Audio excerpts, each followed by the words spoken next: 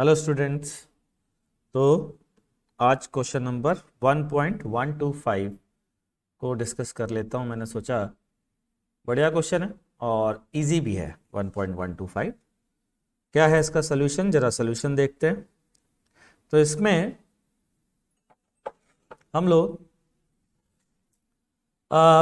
मतलब पावर की बात करी गई है। A body of mass m is thrown at an angle alpha to the horizontal with the initial velocity v not. ठीक है ना, एंगल दे दिया है तो ये वेलोसिटी का मैग्नीट्यूड ही होगा। Find the mean power developed by gravity over the whole time of the motion of the body and the instantaneous power of gravity as function of time. ठीक है ना, तो ये दो चीजें हैं।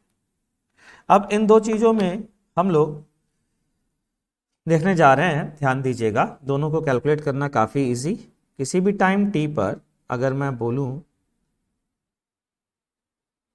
ये मान लीजिए किसी टाइम टी की बात करते हैं, ये टी बराबर 0 पर फेंका गया है, वी नॉट से फेंका गया है और अल्फा एंगल पर फेंका गया है बच्चों।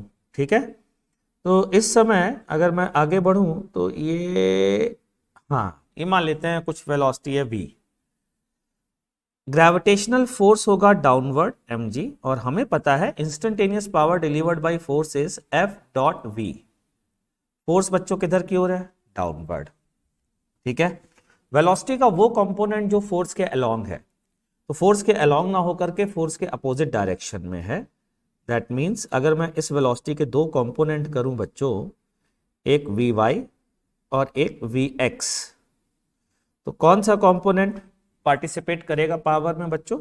vy। तो माइनस भी आएगा। क्यों आएगा माइनस? क्योंकि डायरेक्शन अपोजिट है, तो minus mg into v y. Clear है बच्चों? अच्छा, अब मैं क्या कर सकता हूं, vy को as a function of time निकाल सकता हूं।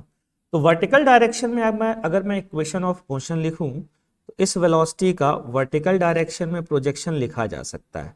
कितना है ये? v नॉट साइन अल्फा और ये क्या है बच्चों? v not cos alpha. ठीक है भाई, यहां पर ये कंपोनेंट कर दिया। इनिशियल वेलोसिटी किसी, मतलब क्वेश्चन अब ये बचा कि एक पार्टिकल को मैं v नॉट साइन अल्फा से फेंक रहा हूं, t टाइम बाद इसकी वेलोसिटी vy कितनी हो जाएगी। तो मैं लिखूंगा vy equals to v not sine alpha, v equals to u plus a t, सुना है बच्चों, माइनस जी टी। ये दीजिए vy आ गया। तो ये vy की वैल्यू ऊपर वाली इक्वेशन में रख देंगे तो power as a function of time आ जाएगी। We not sine alpha, alpha ही दिया है शायद क्वेश्चन में, अल्फा ही दिया है, गुड, माइनस जी टी। तो लीजिए साहब, एक खत्म। This is instantaneous power at t equals to t. Now let's calculate average power. Average power निकालने का तरीका है total work by gravity divided by total time of flight. ये तो लिखा है इन्होंने। Find the mean power developed by gravity over the whole time of motion of the body। तो work done by the gravity total and total time of flight. अच्छा, work done by the gravity अगर बच्चों मैं निकालूंगा तो work done कितना हुआ जरा देखो। यहां से पार्टिकल को फेंका और पार्टिकल फिर वहीं पे गिर गया, तो ग्रेविटेशनल फोर्स के अलोंग डिस्प्लेसमेंट कितना आया? फोर्स कितना होगा? जीरो होगा कि नहीं होगा? हाँ, तो ये आ गया जीरो। टाइम ऑफ फ्लाइट कुछ भी हो, तो average power delivered by gravitational forces zero होनी भी चाहिए, क्योंकि आधे टाइम ऑफ फ्लाइट में जितनी इसने स्पीड कम की होगी, बाकी के आधे टाइम ऑफ फ्लाइट में ये उतनी ही काइनेटिक एनर्जी वापस से दे देगा। तो ये था क्वेश्चन नंबर 1.125 का सॉल्यूशन। उम्मीद करता हूं आपको समझ में आ गया होगा। मिलते हैं अगले क्वेश्चन के साथ। Tata bye bye. Hello everyone. तो ये है रोडो का क्वेश्चन नंबर 1.126।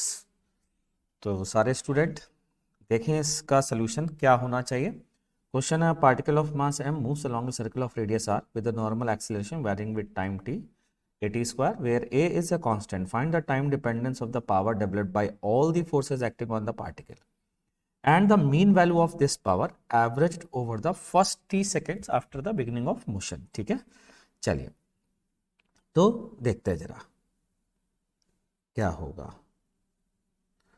तो होगा ये कि सबसे पहली बात तो हमें नॉर्मल एक्सेलरेशन दिया गया है एटी स्क्वायर, सबसे पहली बात ध्यान रखने लायक। दूसरी बात क्या है बच्चों? Power. Power developed bye all the forces, किसी पार्टिकल पर अगर पावर पूछी जा रही है तो उसको हम F डॉट वी लिख सकते हैं, या ये भी कह सकते हैं कि फोर्स का वो कंपोनेंट, मतलब इसे हम tangential component of the force भी कह सकते हैं, इनटू स्पीड। फोर्स का वो कंपोनेंट जो वेलोसिटी के अलोंग है, इनटू वेलोसिटी, या फिर फोर्स का टेंजेंशियल कंपोनेंट। नाउ फोर्स का टेंजेंशियल कंपोनेंट सर्कुलर मोशन में mass into tangential acceleration into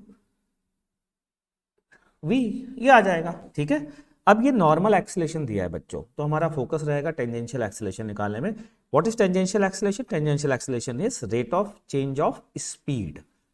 rate of change of speed, rate of change of speed क्या होता है बच्चों? Rate of change of speed simply d v by d t. तो यहां से speed निकालते हैं, स्पीड कितनी आएगी? ये नॉर्मल एक्सीलरेशन दिया गया है, वी स्क्वायर बाई आर दिया गया है, तो v square by r is equal to a t square. ठीक है, अच्छा यहां से v की वैल्यू आती है ए टी स्क्वायर ही है, हाँ जी, तो v की वैल्यू आती है root r a into t, ये आ गया। तो यहां से हमें एक चीज पता चल पा रही है, और वो ये कि स्पीड जो है वो टाइम के साथ लिनियरली वेरी कर रही है। तो अगर हम डिफ्रेंशिएट कर दें तो हमें टेंजेंशियल एक्सीलरेशन मिल जाएगा dv बाई डी टी।